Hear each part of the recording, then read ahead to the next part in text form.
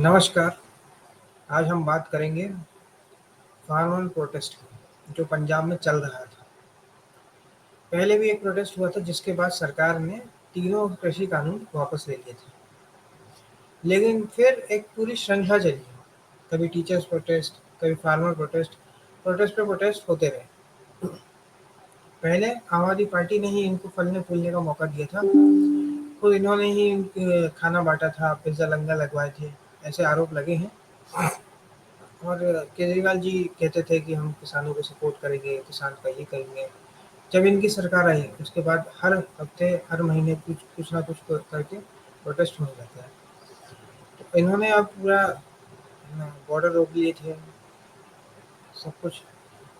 सब लोगों को परेशान कर दिया था। लोगों को जो है अलग जगह से, रास्ते से जगह जाकर अपने ट्रक निकालने पड़ते थे।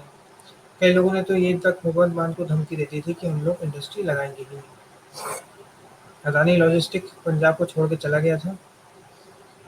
और कई सारी चीज़ें हुई हैं जहाँ पर एक बंदा ये भी कह रहा है कि हम लोग जो है उधम सिंह के परिवार से हैं तो हम ये कर देंगे, वो कर देंगे, ऐसे करके बातें वहाँ पे हुई हैं। तो कभी वहाँ पे पिज़्ज़ा लंगर लग रहे हैं, कभी वहाँ पे काजू पिस्ता बादाम बट रहे हैं, कभी प्रोटेस्टर जो है वो मर्सिडीज़ में बैठ के आ रहा है। तो एक पूरा नैरेटिव शिफ्ट हो गया कि फार्मर तो थे या नहीं थे, क्योंकि परसेप्शन मैटर करता है सर। राजनीति में परसेप्शन मैटर करता है। तो प्रश्न ये उठता है कि ये कौन सा किसान है जो काजू पिस्ता बादाम खा रहा है, पिज्जा दंगल लगवा रहा है। और ये लोगों का एक सेंटिमेंट था, लोग तो समझना चाहते नहीं है। जब किसान हो तो गलत तो हो नहीं सकता। जैसे ही ये लोग सातवीं वार्ता करने के लिए केंद्रीय मंत्री से मिलने गए, शिवराज सिंह चौहान, प्रहलाद जोशी से, वैसे ही भगवंत मान की सरकार ने अपनी पुलिस भेज के इनके सारे टेंट, ये कूलर, पंखे सब हटवा दिए।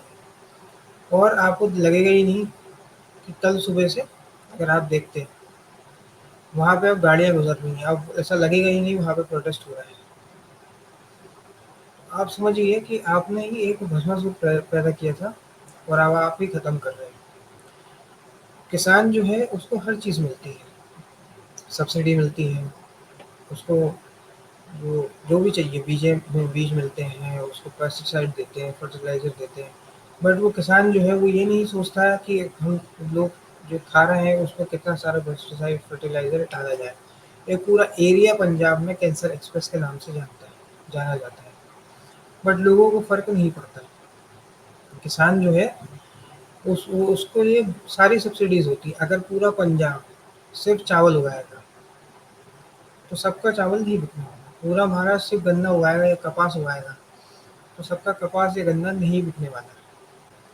आपको समझना होगा कि 50-60s में हमारे पास पानी ज़्यादा था पंजाब में और खाने की कमी थी, तो वहाँ पे चावल की खेती होती थी, तो उसमें कोई दिक्कत नहीं थी। अब तेलंगाना भी चावल उगाता है, छत्तीसगढ़ भी चावल उगाता है, ओडिशा भी चावल उगाता है, तो हमारे पास सरप्लस है। इसलिए आपको क्रॉप रोटेशन फॉलो करना पड़ेगा। आपने प्रोटेस्ट किया तो उससे फ़ायदा किसको हुआ? लोगों ने पंजाब का गेहूँ खरीदने के बजाय एमपी से गेहूँ खरीदना चालू कर दिया। दूसरों को फ़ायदा हो गया। हाँ, आपके यहाँ से इंडस्ट्री निकल गई।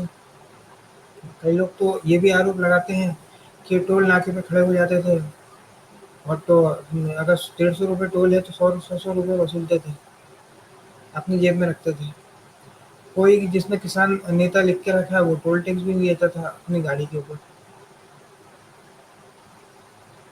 बैंकों वालों को परेशान किया कर्ज माफी के लिए। ऐसे कर करके ये यहाँ तक पहुँचा कि इकोनॉमी की हालत खराब हो गई थी। फिर कानून वापस ले लिए गए, तो फिर तो कोई वजह बचती नहीं है।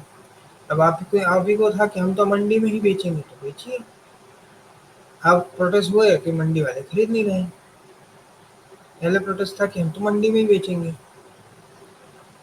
तो देखिए, बिचौलिए जो होते हैं, आपको एक उसमें मंडी कमीशन देना पड़ता है, बिचौलिए का कमीशन देना पड़ता है। उसके बाद आपकी जो फसल का दाम है वो बिचौलिए तय करते हैं। मान लीजिए मार्केट रेट आपका 20 रुपये किलो है आलू, बिचौलिए चाहेगा तो 1 रुपये किलो ही बोलेगा और आपको देना पड़ेगा। इसलिए कॉन्ट्रैक्ट फार्मिंग का कंसेप्ट लेकर आना ज़रूरी था। ऐसा नहीं है कि पहले कॉन्ट्रैक्ट फार्मिंग नहीं हो रही, पतंजलि के साथ हो रही है, पेप्सिको के साथ हो रही है। आप पेप्सिको का 2017 का पेप्सिको इंडिया की वेबसाइट का आर्टिकल देख सकते हैं कि कितने स्टेट्स में कितने फार्मर के साथ ये कॉन्ट्रैक्ट फार्मिंग करते हैं। ऐसे ही आंवला के लिए पतंजलि वाले भी करते हैं।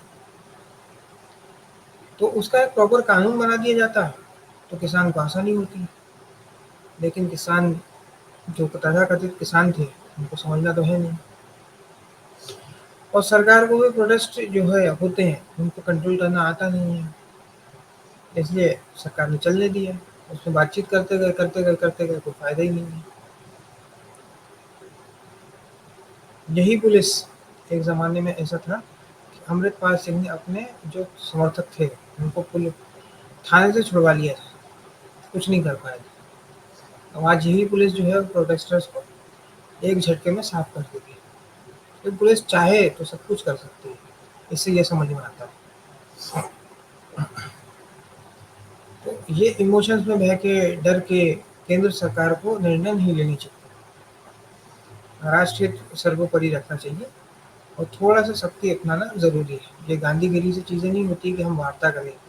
वार्ता आपने कर ली, क्या फ़ायदा हुआ? इसलिए ज़रूरी है कि आपको ये इमोशन में बहने के बजाय आपको सही चीज़ का निर्णय लेना चाहिए। अब जो किसान हैं, उससे तो कोई सिम्पैथी लोगों की खत्म हो गई। लोगों को, आधे से ज़्यादा लोगों को पता भी नहीं कि ये प्रोटेस्ट भी हो रहा था। हालाँकि इन्होंने कोई बीमार है किसान नेता है, उसको भी यूज़ किया, तब भी कोई फ़ायदा नहीं हो पाया। तो ये ज़रूरी है कि आम जनता जो है वो परेशान थी, उसको अलग से घूम के जाना पड़ता था। जो वहाँ पे बिज़नेस लगाए थे, उनको अपना माल की डिलीवरी करने के लिए अलग जगह पे जाना पड़ता था। वो पंजाब से बाहर नहीं निकल पा रहे थे, क्योंकि इन्होंने बॉर्डर रोक ली थी। अब समझिए कि ये, एक तो फंडिंग कहाँ से आ रही है, ये भी प्रश्न है। सरकार तो इस पे कुछ कर नहीं पाती है, बस विक्टिम कार्ड खेल लेती है और वोट ले लेती है कि हमारे खिलाफ ये हो रहा है, हमारे खिलाफ वो हो रहा है। आप समझिए कि बिचौलिए जब तक रहेंगे,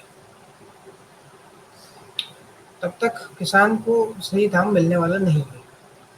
मैं भी भाजपा का सपोर्टर नहीं हूँ, केंद्र सरकार का सपोर्टर नहीं हूँ। तो कई ऐसे काम हैं जो नहीं हो पाए हैं, जो करने चाहिए थे, जो मिडिल क्लास के लिए कुछ भी नहीं किया गया है। बट ये जो किसान आंदोलन था, इससे आपकी जो सिंपैथी थी, जो किसान सुन के लोगों को सिंपैथी आती थी, खत्म हो चुकी है। कांग्रेस ने हरियाणा का इलेक्शन किसान, जवान और पहलवान के मुद्दे पर लड़ा और वो हार गए। तो इससे समझ में आता है कि अग्निवीर हो या ये फार्मर प्रोटेस्ट हो, अब ये कोई मुद्दा बचा ही नहीं है, लोगों को फ़र्क नहीं पड़ता। और समय के साथ धीरे-धीरे, धीरे-धीरे मिडिल क्लास और ज़्यादा सजग होती जाएगी। कौन से फार्मर प्रोटेस्ट में ये पिज़्ज़ा लंगर लगते हैं, जो चौधरी चरण सिंह से लेकर आज तक जितने भी प्रोटेस्ट हुए, उसमें आप देखें कौन से ऐसे फार्मर प्रोटेस्ट हैं जहाँ पर ये सब होता है। पिज़्ज़ा लंगर लग रहे हैं, काजू, पिस्ता, बादाम बट रहे हैं, ऐश-ही-ऐश चल रही है। कहीं वॉशिंग मशीन मिल रही है, कहीं पे एसी आ रहे हैं, कहीं पे एसी टेंट लगाए गए हैं। ऐसा हो सकता है क्या? तो जो आपका परसेप्शन है कि किसान जो है वो गरीब है, वो तो आपने पूरा हटा ही दिया। और जब इतना समृद्ध किसान हो चुका है कि वो पिज़्ज़ा लंगर लगवा रहा है, काजू, पिस्ता, बादाम बँटवा रहा है, मर्सिडीज़ में प्रोटेस्ट करने आ रहा है, तो ये तो विकास माना जाएगा ना। क्योंकि राजनीतिक परसेप्शन का खेल है, आपने परसेप्शन ही पूरा चेंज कर दिया। अब लोग विदर्भ और मराठवाड़ा रीजन के जो किसान हैं, जो रोज़ आत्महत्या करते हैं, उससे लोगों को मतलब नहीं है। अभी एक भी प्रोटेस्ट से पूरी सिंपैथी खत्म कर दी गई है। इसलिए आपको समझना होगा, कई ऐसे किसान नेता थे जो, जब कोई न्यूज़ एंकर पूछता था कि आप प्रोटेस्ट क्यों कर रहे हो? उनके पास, वो बंगले झाँकने लग जाते थे उनके, उसके पास कोई वैलिड रीज़न नहीं होता था। तो बस करना है तो करना है, इसलिए कोई मतलब का नहीं है। सरकार जो है वो डरपोक थी, इसलिए वो कुछ कार्रवाई नहीं कर पाई। अब भगवंत मान की सरकार ने कार्रवाई करी है, इनके पूरे टेंट झंडे हटा दिए। जैसे ही ये लोग वार्ता करने गए शिवराज सिंह चौहान, प्रहलाद जोशी से, वैसे ही इनके जो टेंट थे वो हटा दिए गए, क्योंकि लोगों ने धमकी दे दी थी कि हम अपनी इंडस्ट्री हटा देंगे पंजाब से। तो ऐसे आपको निर्णय लेना पड़ता है, आपको ऐसे अगेंस्ट में को कार्रवाई करनी पड़ती है, तो आपको खटाखट फैसले लेने पड़ते हैं। यदि आप फैसले नहीं लेंगे तो जनता सफ़र करेगी, वो जनता फिर परेशान होगी।